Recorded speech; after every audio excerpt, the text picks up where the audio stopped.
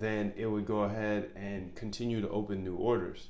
So while OpenAI is pretty smart and can write code, you have to be very, very specific and kind of know what to look for.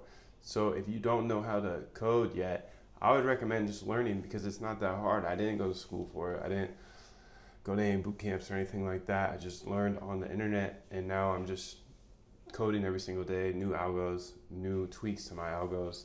And I try to put all the code inside the bootcamp, and that's all accessed below.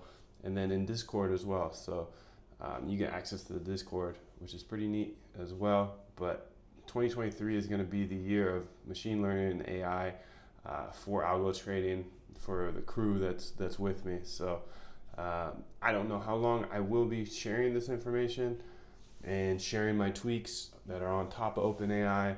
This is just kind of a sample, right? Because this is what OpenAI has launched with ChatGPT 3, but I think this is just a start, because it clearly needs some tweaking, and I'm working on tweaking this model to make it work much, much better. So if DF close, if not in position, if DF close, market buy, I think we gotta say keep going.